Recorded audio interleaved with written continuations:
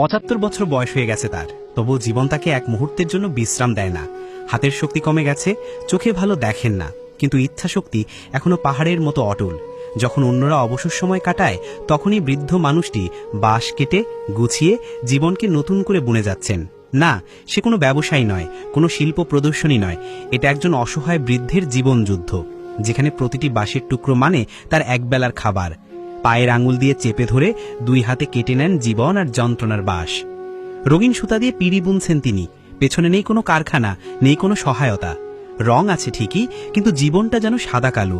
একটি পিড়ি তৈরি করতে সময় লাগে ৩-৪ ঘন্টা, অথচ দাম মাত্র ১৫০ টাকা। জীবন আর শিল্প দুটোই যেন আজকাল সস্তা হয়ে গেছে। একটা সময় ছিল যখন চারপাশে ছিল পরিবার, ভালোবাসা, উৎসব। আজ কেউ নেই পাশে, না স্ত্রী না সন্তান, কেবল এই কাজটাই তাকে বাঁচিয়ে রেখেছে। এই বাঁশ আর সুতার ভেতরেই সে খুঁজে পায় তার জীবনের অর্থ। শরীর আর আগের মতো চলে না, কিন্তু মন এখনো হারে না। এই ছোট্ট শিল্পই তার অস্তিত্ব, তার আত্মসম্মান।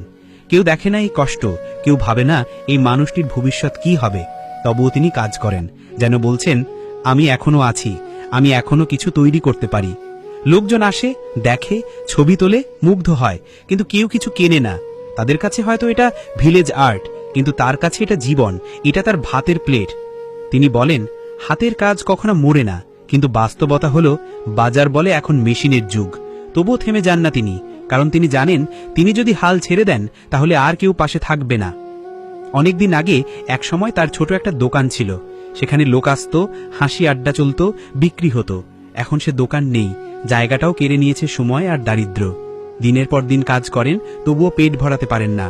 কষ্ট লুকিয়ে রাখেন, কিন্তু রাতে ঘুম আসে না, কারণ পরের দিনের চাল ডালের হিসেব মাথায় ঘোরে। প্রতিদিন ভোরবেলা উঠে কাজ শুরু করেন, মাটিতে বসে রোদে ঘামে ভিজে বাঁশ চিরে দেন। এক একটা বাঁশ কাটতে গিয়ে আঙুল কেটে যায়, পা ফেটে যায়, কিন্তু থামেন না।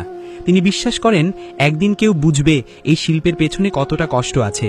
এই বিশ্বাসই তাকে বাঁচিয়ে রেখেছে। কখনো কি ভেবে দেখেছি আমরা, এক কাপ চায়ের দামে হয়তো কিনে নিতে পারতাম তার এই কষ্টের ফসল, কিনে নিতে পারতাম তার আত্মসম্মানকে বাঁচিয়ে দেবার একটা সুযোগ? আমরা অনেক কিছুই ভুলে যাই এই মানুষগুলোর কারণেই আমাদের গ্রাম, আমাদের সংস্কৃতি, আমাদের শিকড় এখনো বেঁচে আছে।